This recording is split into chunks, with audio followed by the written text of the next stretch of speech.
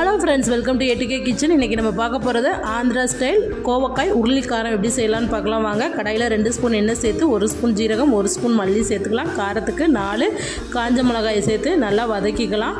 Medium size வெங்காயத்தை cut பண்ணி நல்லா வதங்கினதுக்கப்புறம் 5-6 பூண்டை தோலோடு சேர்த்து நல்லா வதக்கிக்கலாம். இப்போ இது தனியாக ஒரு பிளேட்டில் மாற்றி ஆற வச்சுக்கலாம். அதே கடாயில் 2 ஸ்பூன் எண்ணெய் சேர்த்து கோவக்காயை 4 கட் பண்ணி இதில் நல்லா வதக்கிக்கலாம். மூடி போட்டு நல்லா வதக்கிக்கலாம். நல்லா வதங்கிக்கிட்டு இருக்கட்டும். இப்போ நம்ம வதக்கி வச்சதில் உப்பு சேர்த்து கொஞ்சோண்டு தேவையான அளவு புளிக்கரைசல் சேர்த்து நல்லா பேஸ்ட்டாக அரைச்சி எடுத்துக்கலாம்.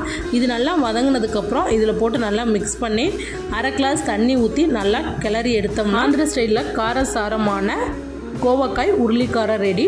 தயிர் சாதம், வெரைட்டி ரைஸ் கூட சைடிஷாக சாப்பிட மஸ்ட் ட்ரைனே சொல்லலாம். இந்த மாதிரி ஹெல்த்தி ரெசிபிஸ் வேணும்னா A2K கிச்சனை சப்ஸ்கிரைப் பண்ணிக்கோங்க.